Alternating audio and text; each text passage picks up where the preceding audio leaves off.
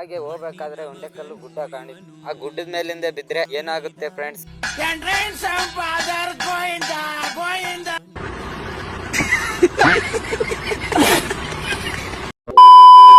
So ನಮಸ್ಕಾರ ದೇವ್ರು. So ನಾವ್ ಇವತ್ತ ಹೊಂಟಿವಿ ಉಂಡೆಕಲ್ಲಿಗೆ ಕಬ್ಬು ನೋಡಲು ಹೊಂಟಿವಿ.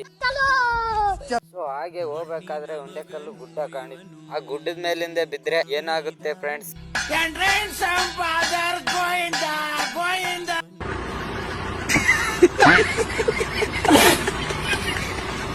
ಸೊ ಅಂತೂ ಇಂತೂ ತೋಟದ ಹತ್ರ ಬಂದ್ವಿ ಗಾಯ್ಸ್.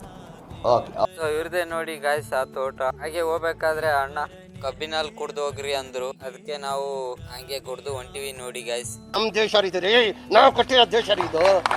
ಸೊ ಗಾಯ್ಸ್ ಇದೇ ನೋಡಿ ಕಬ್ಬಿನ ತೋಟ. ಸೊ ನೋಡ್ರಿ ಎಷ್ಟ್ ಚಂದ ಬೆಳೆದ್ಬಿಟ್ಟೈತಿ. ಸೊ ಬರ್ತಿದ್ದಂಗೆ ಇವ್ನ್ ತಿನ್ನಕ್ ಶುರು ಮಾಡಿದ ನೋಡಿ ಗೈಸ್.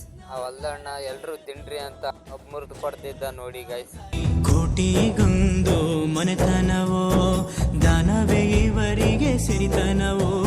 ಗೈಸ್ ರೈತನ ಮನಸ್ಸು ಎಷ್ಟು ಒಳ್ಳೆ ಮನಸ್ಸು ಗೊತ್ತಾ ಗೈಸ್. ನಾನು ಒಬ್ಬ ರೈತನ ಮಗನಾಗಿ ಹೇಳ್ತಾ ಇದ್ದೀನಿ ಗೈಸ್, ರೈತನ ಗೊತ್ತು ದೇಶಕ್ಕೆ ಗೊತ್ತು.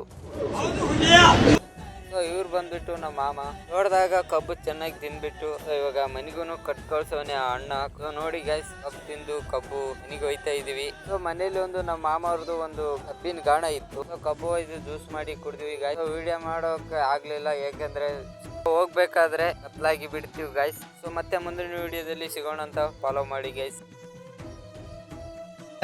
ಇಷ್ಟು ಹೇಳಕ್ ಇಷ್ಟಪಡ್ತೀನಿ. ಓಕೆ ಫ್ರೆಂಡ್, ಬಾಯ್.